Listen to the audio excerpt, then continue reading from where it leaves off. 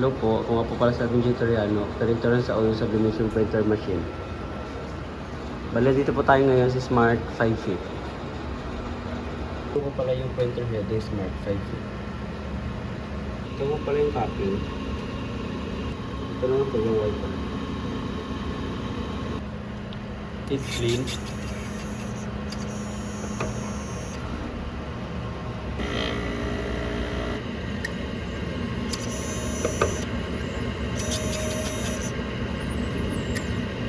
After po ng cleaning, kailangan po natin po natin yung wiper.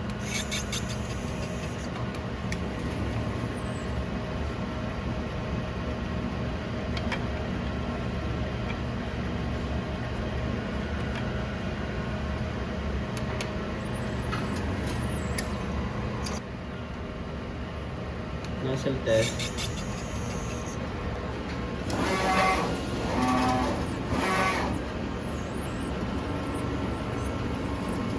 Kaya kubuhay nga sa baka ng fluid.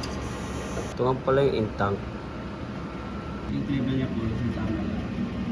Ito pala yung ABR. Ink waste tank. Ano po yung ground wire niya. Ito pala yung ICC profile. Ito nga po pala yung daily output record namin. Nasa system na po. Ito na rin po yung sa consumables.